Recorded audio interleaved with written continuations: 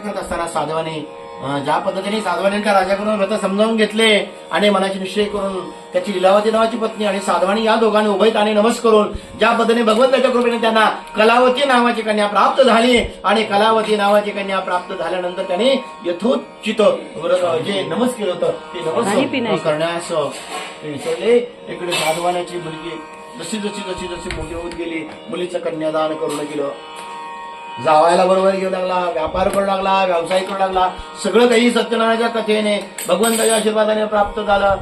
पण असं असतं बघा, सारांश कथा सांगतोय की त्या साधू आणि नावाचा वाणी म्हणजे व्यापारी होता. त्या व्यापाऱ्याला सगळं काही मिळून सुद्धा त्याच्या मनामध्ये लालसा होती. माणसं बघा, भगवंताने किती जरी दिलं, जर आपल्याला 50 मिळाले तर त्यातले 10 रुपये आपण खर्च करावेत, भगवत कार्यासाठी करावे, तर ती असणारी लक्ष्मी दुप्पट वाढत राहते. आणि म्हणून आणि लावायला बरोबर घेऊन व्यापार करता भगवंताची अवकृपा झाली. आणि काय बघता सगळे नगरात सोनी काय व्हावी, साधवण्यावरती काय आळ यावा, साधवण्याला त्या कारागृहात टाकावा, हे सगळं भगवंताची अवकृपा.